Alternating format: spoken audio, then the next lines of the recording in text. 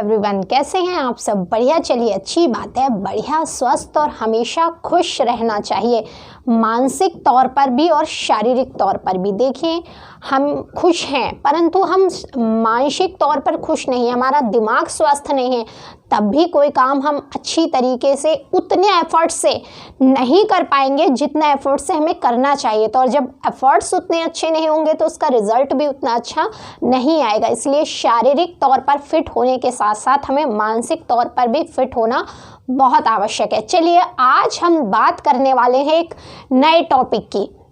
संसद के अंतर्गत ही है, अर्थात भारतीय पार्लियामेंट अर्थात भारतीय संसद के अंतर्गत ही ये टॉपिक है। एक नया टॉपिक शुरू हो रहा है। आज का टॉपिक है प्रश्न काल व शून्य काल।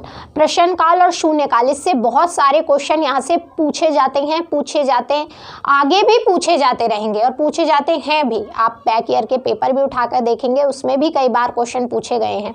चलिए, आज हम बात करने वाले हैं प्रश्नों के बारे में। क्या होते हैं प्रश्न काल क्या होता है, शून्य काल क्या होता है, तारांकित प्रश्न क्या कहते हैं, अल्प अवधि वाले सूचना वाले प्रश्न कौन से होते हैं, आज इन सब के जवाब हम इस लेक्चर में जानेंगे। देखिए, प्रश्न करना एक कहते हैं संसदीय लोकतंत्र जहाँ पे है उनका अधिकार है प्रश्न करना, और जहाँ पर भी संसदीय लोकतंत्रात्मक संस्थाएं हैं वहाँ पर ये अधिकार सभी आप संसदीय प्रणाली में देख पाएंगे। प्रश्न करने का अधिकार सभी संस्थाओं में, अर्थात सभी से तात्पर्य है जहाँ पर भी लोकतंत्र, संसदीय लोकतंत्र का सिस्टम है वहाँ पर उसकी पार्लियामेंट में प्रश्न करने का राइट भी होगा वहाँ के लोगों को। क्लियर? तो ये सभी संसदीय, जहां पर भी ये संसदीय प्रणाली है, इस तरीके का राइट वहां के सांसदों को होगा। हमारे यहाँ पर भी है, बिल्कुल प्रश्न पूछे जाते हैं। सरकारी सदस्य अर्थात मंत्री भी प्रश्न पूछ सकते हैं, उनसे प्रश्न किया भी जा सकता है, या गैर सरकारी सदस्य जो मंत्री नहीं है अर्थात गैर सरकारी सदस्य, उनसे भी प्रश्न किया जा सकता है, या वो भी प्रश्न कर सकते हैं, पूछ सकते हैं। चलिए, बात करते हैं प्रश्न। संसदीय प्रश्न वह माध्यम है जिसके द्वारा संसद प्रशासन पर निगरानी रखती है, यानी कि प्रश्न उत्तर से। आप क्या होता है, घर में जब बच्चे एंट्री करते हैं आप क्वेश्चन आंसर करते हैं, या कोई भी अगर आपको किसी पर निगरानी रखनी हो, कुछ पूछना हो, कुछ नॉलेज लेनी हो, कुछ जानकारी लेनी हो, चीज़ें सही हैं गलत हैं, क्या चल रहा है क्या नहीं चल रहा, तो आप प्रश्न करते हैं अर्थात क्वेश्चन पूछते हैं। स्कूल में मैडम क्वेश्चन पूछते हैं, घर में पेरेंट्स भी आपसे पूछेंगे, आप भी किसी ना किसी से क्वेश्चन पूछते हैं। तो ये बेहतरीन माध्यम है कुछ जानकारी लेने का, नॉलेज प्राप्त करने का, या निगरानी रखने का, आप कह सकते हैं। संसदीय प्रश्न वह माध्यम है जिसके द्वारा संसद प्रशासन पर निगरानी रखती है। प्रशासन का यह दायित्व दो स्तरों पर होता है, एक सामूहिक स्तर पर, एक व्यक्तिगत स्तर पर। सामूहिक अर्थात समूह में 2, 4, 10 व्यक्ति अर्थात समूह, व्यक्तिगत अर्थात पर्सनल सिर्फ एक व्यक्ति। तो यही कहा गया है कि प्रशासन का यह दायित्व 2 स्तरों पर होता है। सदन सामूहिक रूप से इस शक्ति का प्रयोग स्वयं अर्थात स्वयं पूरा सदन मिलकर, या अपनी समितियां, जो सदन में समितियों का निर्माण किया जाता है उनके माध्यम से सदन सामूहिक रूप से इस दायित्व को निभाती है। और व्यक्तिगत रूप से कैसे निभाती है? व्यक्तिगत रूप से सदन के सदस्य इस अधिकार का प्रयोग अन्य बातों के संसदीय प्रश्नों के माध्यम से करते हैं, यानी कि संसद में जितने व्यक्ति हैं अर्थात जितने भी सांसद हैं वो अलग अलग तो प्रश्न पूछ सकते हैं। व्यक्तिगत तौर पर उनके क्षेत्र से संबंधित कोई प्रश्न है, या उनको ऐसा लगता है कि मुझे इस चीज़ के बारे में नॉलेज चाहिए, ये चीज़ क्या हो रही है, तो वो व्यक्तिगत तौर पर भी अलग से प्रश्न पूछ सकते हैं, या फिर सामूहिक तौर पे भी पूछ सकते हैं। तो 2 तरीके के 2 माध्यम से प्रश्न हो सकते हैं, सामूहिक रूप से संसद पूरी मिलके, और समितियों के माध्यम से। साथ ही व्यक्तिगत रूप से तो सदस्य अलग अलग अपने क्वेश्चन कर ही सकते हैं। टेंशन मत लीजिए, समितियाँ क्या होती हैं, क्यों निर्माण किया जाता है, कौन कौन से समितियां बनती है, सारे क्वेश्चन देखेंगे हम इसमें, परंतु स्टेप बाय स्टेप। जानकारी प्राप्त करना प्रत्येक गैर सरकारी सदस्य का अंतर्निहित तथा निर्बाध संसदीय अधिकार है, यानी कि अधिकार है, उनको राइट्स दिया गया है। और बिना रोक टोक, ऐसा नहीं है कि कोई रोक टोक करे, चीज़ें करे, हाँ जो भी है, अगर वो अपने, देखिए हर चीज़ को करने का एक दायरा होता है, एक तरीका होता है, उससे ऊपर उठते हैं तो चीज़ें गलत है। परंतु ये नहीं है कि आप प्रश्न पूछने से ही कह देंगे कि प्रश्न पूछने का अधिकार ही नहीं है, तो ये नहीं कर सकते। यहाँ पे कहा गया है कि जानकारी प्राप्त करना प्रत्येक गैर सरकारी सदस्य का अंतर्निहित तथा निर्बाध बिना रोक टोक का संसदीय अधिकार है। आप कह सकते हैं एक तरीके का मूल राइट, संसद के तहत दिया गया मूल राइट, मूल अधिकार। तो यही बात है कि मूल अधिकार है, बिल्कुल मूल अधिकार है। गैर सरकारी सदस्य वो अपने क्षेत्र को रिप्रेजेंट कर रहे हैं, वहाँ पे क्या चीज़ें हो रही है, अगर वो काम ही नहीं करेंगे, और आपको पता है अब तो टेलीविज़न पर चीज़ें आती है, टीवी पर इनके अपने अपने चैनल हैं, लोकसभा के, राज्यसभा पे के, अगर वहाँ के नॉलेजेबल पर्सन है और वो देखेंगे अपने यहाँ के सांसदों को, क्या कहेंगे कि ये तो कुछ बोलता ही नहीं, चीज़ें नहीं करता, हमारे क्षेत्र की बातें ही नहीं रखता, कुछ प्रश्न ही नहीं पूछता, हम वोट क्यों दें।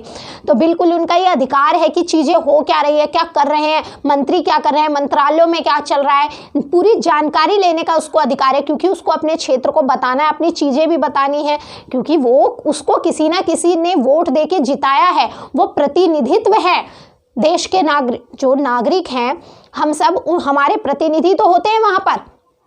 तो अगर वो प्रश्न ही नहीं पूछेंगे, चीज़ें नहीं करेंगे, तो वोट लेने का उनका फ़ायदा क्या, क्यों गए हैं वो।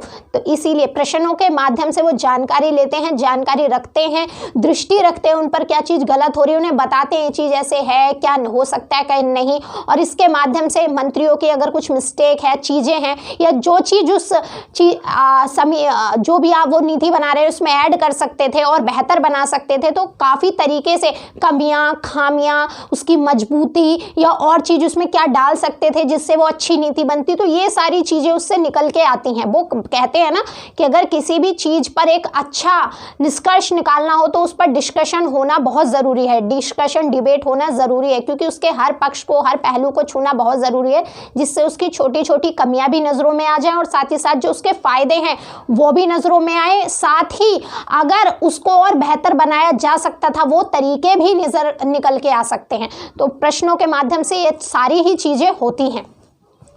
तो यही कहा गया है कि जानकारी प्राप्त करना प्रत्येक गैर सरकारी सदस्य का अंतर्निहित तथा निर्बाध संसदीय अधिकार है। प्रश्न पूछने का मूल उद्देश्य क्या होता है, मूल उद्देश्य क्या है, क्या मोटिव है, क्या पर्पस है।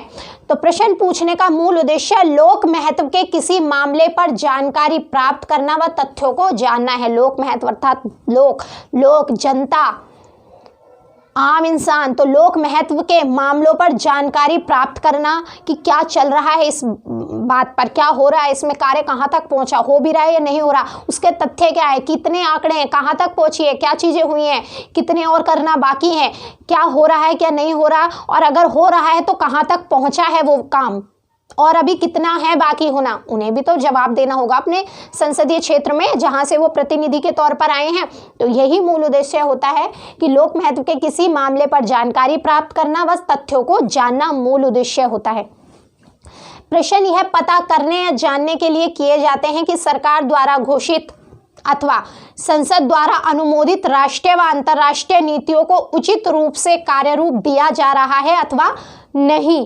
प्रश्नों द्वारा प्रशासन के सभी पहलुओं पर छानबीन हो जाती है। तो मैंने आपसे यही कहा कि प्रश्न को काम यही का उद्देश्य होता है, एक तो लोक महत्व के मुद्दे कहाँ तक हैं, कहाँ तक नीतियाँ चल रही हैं, क्या काम हुआ है, उसके तथ्य क्या है, आंकड़े स्पष्ट हो जाते हैं कि कितना काम हो रहा है, कहाँ रुका हुआ है, क्या चीज़ होनी है, क्या नहीं होनी, ये सब बातें। साथ ही साथ जो संसद है, संसद ने जो जिन भी नीतियों को स्वीकृति दी थी वो कहाँ तक काम पहुँचा, व जो भी सरकार के द्वारा घोषित नीतियाँ हैं उसका कार्य कहाँ तक पहुँचा है, राष्ट्रीय व अंतर्राष्ट्रीय नीति जो भी लागू की गई हो उनको उचित रूप में उसी रूप में इम्प्लीमेंट किया भी गया है या नहीं किया गया, या अभी तक सिर्फ वो बस्ते में ही पड़ी थी, सिर्फ वहीं तक थी कि कह दिया गया, उसको अभी इम्प्लीमेंट किया भी गया है या नहीं किया गया है, क्या कमियाँ रह गई उसके इम्प्लीमेंटेशन में और क्या होना चाहिए, क्या नहीं होना चाहिए।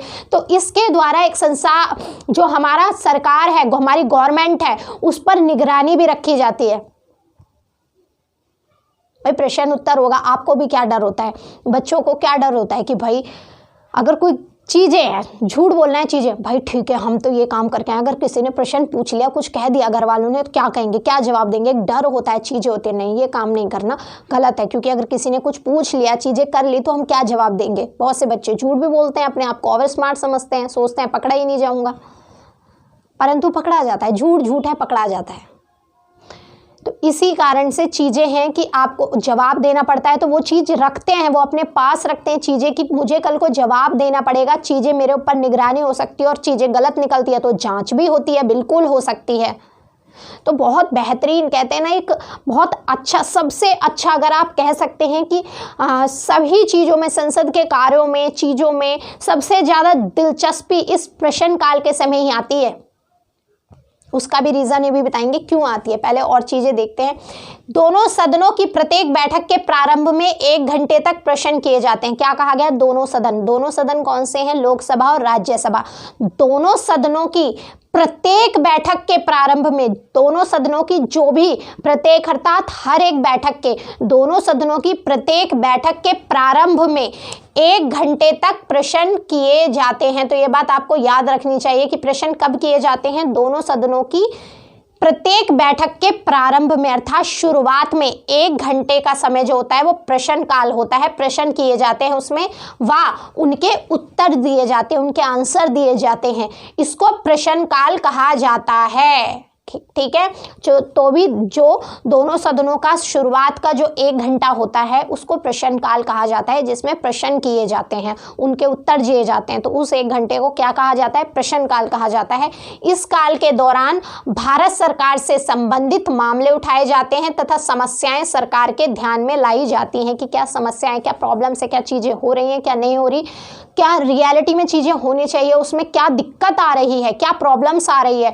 तो ये सारी बातें उठाई जाती हैं कि भारत सरकार के से संबंधित मामले उठाए जाते हैं, बस समस्याएं सरकार के ध्यान में लाई जाती हैं कि इस क्षेत्र में ये कार्य हो रहा है, यहाँ ऐसा होना चाहिए, ये नीति अभी तक लागू नहीं की गई है, क्यों नहीं की गई है, इस नीति के लागू होने में ये दिक्कतें आ रही हैं। तो जो भी प्रॉब्लम्स है वो सरकार की नज़रों में लाई जाती हैं, जिससे किसी स्थिति का सामना करने, लोगों की शिकायतें दूर करने या किसी प्रशासनिक त्रुटि अर्थात जो भी कमी या गलती हो गई हो प्रशासन से, त्रुटि या कमी का समाधान करने के लिए सरकार कार्यवाही करे। यानी कि अगर कोई नीति बनी है, कोई ऐसे बात थी जो इम्प्लीमेंट होनी थी, कोई नीति लागू होनी थी, कोई कुछ भी था जो लागू होना था नहीं हुआ, या उसमें कमी रह गई, उसमें प्रशासन की कोई कमी दिखाई दे रही है, या फिर लोगों की कुछ शिकायतें हैं उस चीज़ को लेकर, या फिर स्थिति, जो भी स्थिति है उसका सामना कैसे किया जाए, तो इस तरीके की कुछ चीज़ें सरकार के ध्यान में लाई जाती है, जिससे सरकार उस पर कार्रवाई करे, उसको ठीक करे, उस कमी को पूरा करे, वो जो त्रुटि रह गई है, वो जो कमी रह गई है उसको कंप्लीट करे और चीज़ों को सही तरीके से लागू करे, उसकी कमियों और खामियों को दूर करे। अतः इस काल के दौरान सरकार का परीक्षण होता है, टेस्ट आप कह सकते हैं। तो कह सकते हैं कि अगर आपसे कोई कहे कि प्रश्न काल के दौरान सरकार का परीक्षण होता है, टेस्ट होता है, कथन कारण में पूछा जाए तो बिल्कुल होता है। तो यही कहा गया है कि अतः इस काल के दौरान सरकार का परीक्षण होता है।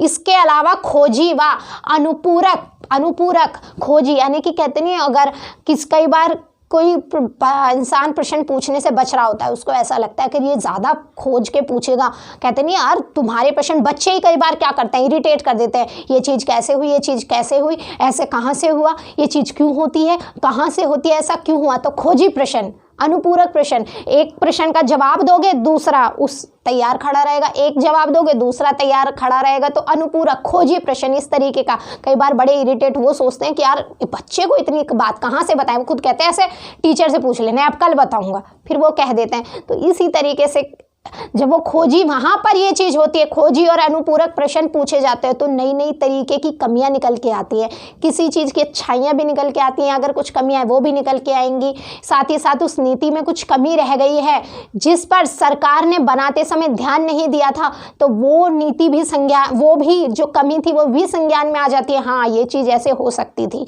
अगर इसको ऐसे किया जाता तो सही कह रहा है। तो बहुत सारी बातें होती है प्रश्न उत्तर से, डिबेट से, डिस्कशन से, तो बहुत सारी चीज़ें हैं। अगर हमें अच्छी नीति लागू करनी है तो हमें उस पर थोड़ा डिबेट डिस्कशन करना ही चाहिए, और लोकतंत्र का तो ये महत्वपूर्ण अधिकार है, क्योंकि अगर हम सोचें कि हम एक सदस्य मिलकर, सिर्फ मंत्री ही मिलकर नीतियों को लागू कर दे, चीज़ें कर ले, हम कर लेंगे, ऐसा नहीं है। आप अगर किसी चीज़ पर डिबेट करते हैं, उस पर डिस्कशन करते हैं, तो उसकी जो कमी खामियां, उसकी अच्छाई या कुछ वो चीज़ जो आपकी नज़रों से छूट गई थी कि ये चीज़ इसमें होनी चाहिए, इसके माध्यम इसको अच्छा बनाया जा सकता था, इसके द्वारा इसको इंक्लूड करके इसमें डाल के ये चीज़ और भी अच्छी बन सकती थी, तब वो चीज़ डाली जाती है। खाने में क्या होता है, टेस्ट कराते हैं पहले थोड़ा सा कि चख के देख लीजिए क्या सब चीज़ें ठीक है, फिर वो बताता है जो टेस्ट करने वाला था, नमक ठीक है, कम मिर्च है, अगर ये चीज़ इसमें और डाल देते तो टेस्ट और बढ़ जाता है, ये चीज़ें। तो प्रश्न का भी कुछ तरीके ऐसा ही है कि अगर वहाँ पर डिबेट होता है, उस पर डिस्कशन होती है, तो सरकार को थोड़ा डर भी रहता है कि मुझसे प्रश्न पूछे जाएंगे तो मैं क्या जवाब दूंगा, इसलिए वो पहले ही आंकड़े इकट्ठे करके रखती है, उस पर ध्यान देती है चीज़ों पर। साथ ही साथ उसकी कमी खामियां निकल के आती है, प्रशासन की क्या त्रुटि रह गई वो निकल के आती हैं, लोगों की शिकायतें दूर की जाती हैं, उनका ध्यान उस पर जाता है कि क्या शिकायतें हैं लोगों की, क्या कमियां हैं। साथ ही साथ जो चीज़ें उसमें नहीं डाली गई थी, इंक्लूड नहीं की गई थी, भाई सब्जी में ये चीज़ नहीं डाली है, अच्छा ये नहीं भूल गया मैं, इसे भी डाल देते हैं और बेहतर हो जाएगा। तो ऐसे ही प्रश्न काल में है, वो कहता है अच्छा ये चीज़ हाँ सही कह रहे हैं, ये चीज़ अगर हम और डालते, हमारे ध्यान में रही थी बात, इसको भी इंक्लूड कर लेंगे, ये चीज़ें अच्छी है। तो इसीलिए कहते हैं प्रश्न काल बहुत महत्वपूर्ण, कहते हैं बहुत महत्वपूर्ण काल होता है, बहुत महत्वपूर्ण आवर होता है, अर्थात घंटा जो वो उसमें हंसी भी होती है, संसद का माहौल एकदम कहते हैं ना ऐसा भी हो जाता है कि पता नहीं अब क्या हो जाएगा, और 1 मिनट में हंसी आमोद प्रमोद भी हो जाता है। कोई सदस्य ऐसा कुछ कह देता है कि सबको हंसी भी आ जाती है, पल में कुछ माहौल, कहते हैं ना अभी 1 मिनट में ऐसा हो रहा था, धूप निकलेगी, 1 मिनट में बारिश आ गई, तो इस तरीके का माहौल हो जाता है उस समय, क्योंकि क्वेश्चन पूछे जाते हैं, खोजी अनुपूरक प्रश्न पूछे जाते हैं, प्रश्न पे से प्रश्न निकलते हैं, क्या क्या चीज़ें पूछ ले ये नहीं पता होता, चीज़ें तो कभी कभार आंसर देते तो दिमाग है वो ही ऐसा हो जाता है कि हाँ भाई अभी आज तो कुछ बड़ा लड़ाई झगड़ा हो जाएगा, कुछ चीज़ें पक्का बड़ी, और उसी समय कोई एक मेंबर निकल के आता है जो थोड़ा हंसमुख हो, वो कुछ ऐसी बात कह देता है, पूरा सदन का माहौल जो है वो अलग परिवर्तित हो जाता है। इसीलिए कहते हैं ना अध्यक्ष में ये गुण भी बताए गए थे कि अध्यक्ष ऐसा होना चाहिए जो इस तरीके के माहौल को पूरा ऐसा बदल दे कि पता ही न चले कि अभी धूप निकल रही थी अब बारिश आने वाली है। तो इस तरीके की चीज़ें सदन में बहुत महत्वपूर्ण, इस समय बहुत महत्वपूर्ण रोल अदा करते हैं अध्यक्ष। तो अतः इस काल के दौरान सरकार का परीक्षण होता है। इसके अलावा खोजी व अनुपूरक प्रश्न पूछकर यह जानने के लिए मंत्रियों का भी परीक्षण होता है कि वह अपने विभागों के कार्यप्रणाली कार्यकलाप को कितना समझते हैं, कितनी नॉलेज है। अगर किसी मंत्री को कोई विभाग दिया गया है तो वो उस विभाग के बारे में जानता है या नहीं जानते। रेल मंत्री हैं, अब उनको रेल विभाग दिया गया है, रेल मंत्रालय दिया गया है, वो उसके बारे में नॉलेज रखते भी हैं या नहीं रखते, उनके विभाग में क्या काम हो रहा है, उनका है क्या काम अपने मंत्रालय को लेकर। तो ये बातें भी वहाँ पे समझ में आ जाती है कि ये मंत्री इस मंत्रालय के लिए ठीक है भी या नहीं। तो ये कहा गया है कि वह अपने विभागों के कार्यप्रणाली कार्यकलाप को कितना समझते हैं। इससे मंत्रियों की त्रुटियां व अकुशलता भी सामने आ जाती है, यानी कि जो उनकी कमियां होती है मंत्रियों की, या जो उनकी अकुशलता है कि हाँ ये इस मंत्रालय को लेकर ठीक नहीं है, तो ये कुछ कमियां भी सामने आ जाती हैं। अब बात करते हैं प्रश्न, और बहुत महत्वपूर्ण बात, प्रश्नकाल संसद की कार्रवाइयों का सबसे दिलचस्प अंग है। अगर आपसे पूछा जाए कि सदन में जितनी भी कार्रवाई चलती है उसमें सबसे दिलचस्प अंग कौन सा है, तो वो है प्रश्नकाल। क्लियर। अब बात करते हैं विभिन्न प्रकार के प्रश्न। सामान्य तौर पर प्रश्न मंत्रियों अर्थात सरकारी सदस्य है। सरकारी सदस्य अगर पूछा जाए कि सामान्य तौर पर प्रश्न मंत्रियों से पूछे जाते हैं। सरकारी सदस्य कौन होते हैं? मंत्री होते हैं। 2 तरीके के सदस्य होते हैं, एक सरकारी सदस्य, एक गैर सरकारी सदस्य। सरकारी सदस्य उन्हें बोलते हैं जो मंत्री होते हैं, बाकी सब गैर सरकारी सदस्य। तो यही कहा गया है कि सामान्य तौर पर प्रश्न मंत्रियों अर्थात सरकारी सदस्यों से पूछे जाते हैं, क्योंकि मंत्री नीतियां बनाते हैं, उन्हें लागू करते हैं, उनके पास विभिन्न मंत्रालय होते हैं, भाई क्या चल रहा है, कैसे चल रहा है, क्या हो रहा है, यही बात। कभी कभी गैर सरकारी सदस्यों से भी प्रश्न पूछे जाते हैं। तो ऐसा नहीं है, हाँ सामान्य जनरल तौर पर अगर नॉर्मली देखा जाए तो मंत्रियों से प्रश्न पूछे जाते हैं, अर्थात सरकारी सदस्यों से पूछे जाते हैं, परंतु कभी कभी गैर सरकारी सदस्यों से भी प्रश्न पूछ लिए जाते हैं। तो ऐसा नहीं है कि भाई गैर सरकारी सदस्य हैं तो जवाब ही नहीं देंगे, बिल्कुल गैर सरकारी सदस्यों से भी क्वेश्चन आंसर कर लिए जाते हैं। प्रश्न 3 श्रेणियों के होते हैं, 3 प्रकार के होते हैं प्रश्न। कितने प्रकार के? 3 प्रकार के। तारांकित प्रश्न, अतारांकित प्रश्न, अल्प सूचना प्रश्न। कौन से? तारांकित प्रश्न, तारांकित प्रश्न, अतारांकित प्रश्न, अल्प सूचना प्रश्न। देखिए तारांकित यानी कि कोई तारांक बना होगा, कोई तारांक बना होगा, तारांकित। तारांकित प्रश्न कुछ तारांक बना होगा इसलिए उसको तारांक कहा गया। अतारांकित यानी कि जिस पर वो तारांक अंकित नहीं होगा। अल्प सूचना यानी कि कम समय में सूचना देकर जो प्रश्न पूछे जाते हैं, अल्प सूचना अर्थात कम समय में। चलिए देखते हैं इनकी परिभाषा क्या है।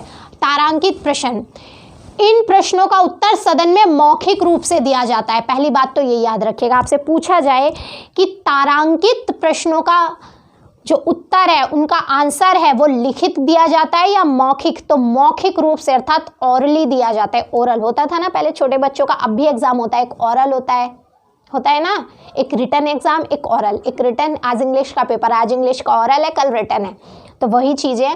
तो तारांकित, इन प्रश्नों का उत्तर सदन में मौखिक रूप से दिया जाता है। सदस्यों द्वारा इन प्रश्नों के अनुपूरक प्रश्न भी पूछे जाते हैं, क्योंकि मौखिक जवाब दे रहे हैं तो सीधे तौर पर वो उनके अनुपूरक प्रश्न भी पूछ लेते हैं। अच्छा कोई प्रश्न किया, उसका जवाब दिया गया, वो पूछते हैं ये चीज अच्छा ऐसा है तो क्यों है, ऐसा क्यों हुआ, क्या कमी रह गई, तो सीधे तौर पर अनुपूरक प्रश्न भी पूछ लेते हैं। तो यही बात यहाँ पर कहा गई है। 2-3 चीजें याद रखिएगा इसमें आप, कि इन प्रश्नों का उत्तर सदन में मौखिक रूप से दिया जाता है, साथ ही साथ इन पर सदन अनुपूरक प्रश्न भी पूछ सकते हैं। और तीसरा क्या है?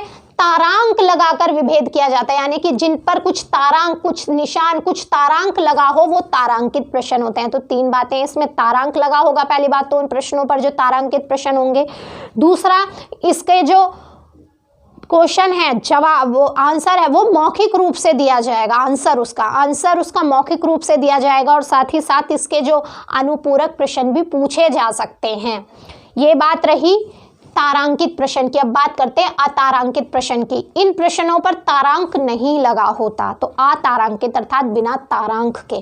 तो इन प्रश्नों पर तारांक नहीं लगा होता। प्रश्नों का उत्तर लिखित रूप में होता है, लिखित, रिटन, डिस्क्रिप्टिव, तो लिखित रूप में होता है, रिटन एग्जाम होता है ये।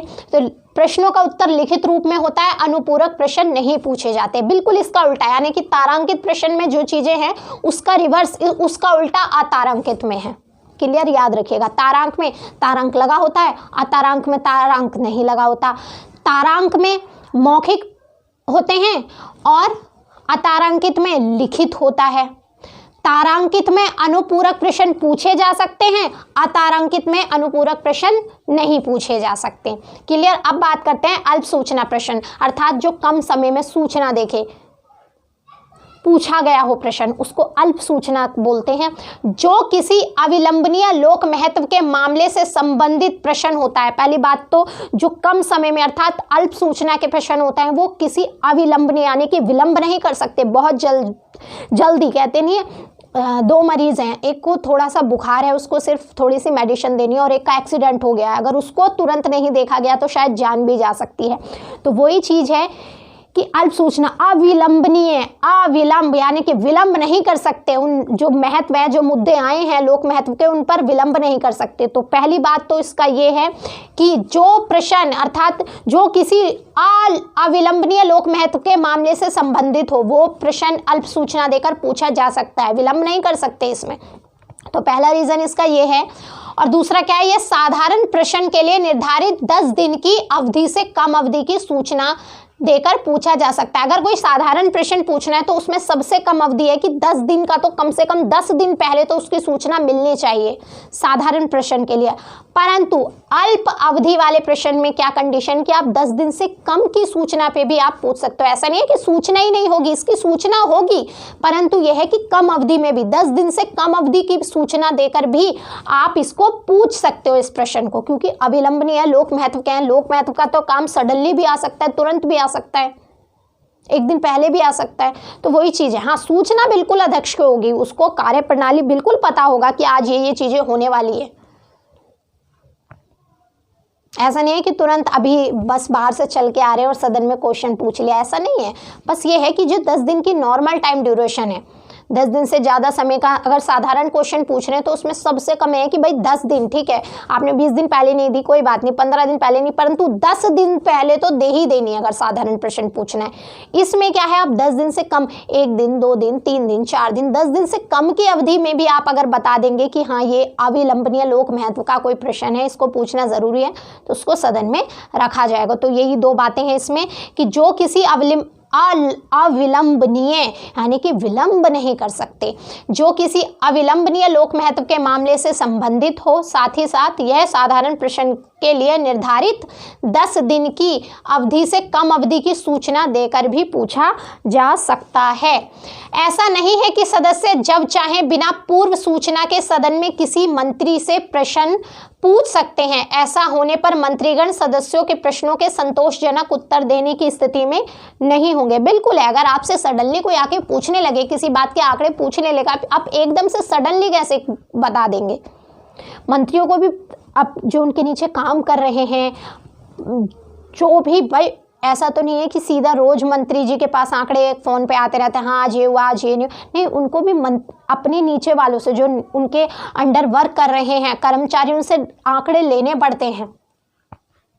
तो अगर आप सडनली पूछ लेंगे, तुरंत जाके बाहर से आया, अगर आपने उनसे क्वेश्चन पूछ लिया तो कैसे वो संतोषजनक उत्तर दे पाएंगे। उत्तर ठीक है दे भी दिया, परंतु ऐसा देंगे जो बिल्कुल भी सही नहीं होगा, सही क्वेश्चन नहीं दे सकते। अगर आपसे को 1 साल पढ़ाया ना जाए, आप क्लास करते हैं, पूरा 1 साल का टाइम ड्यूरेशन होता है, बुक्स होती हैं आपके पास, आप उनको पढ़ते हैं, चीज़ें करते हैं, पढ़ने के बाद एग्जाम में जाते हैं, फिर भी अगर कुछ क्वेश्चन ऐसा आ जाए जो आपने नहीं पढ़ा तो दिमाग चकरा जाता है, ये क्वेश्चन कहाँ से आया, कैसे देंगे इसका जवाब, तो वो लोग कैसे देंगे, नहीं दे पाएंगे ना।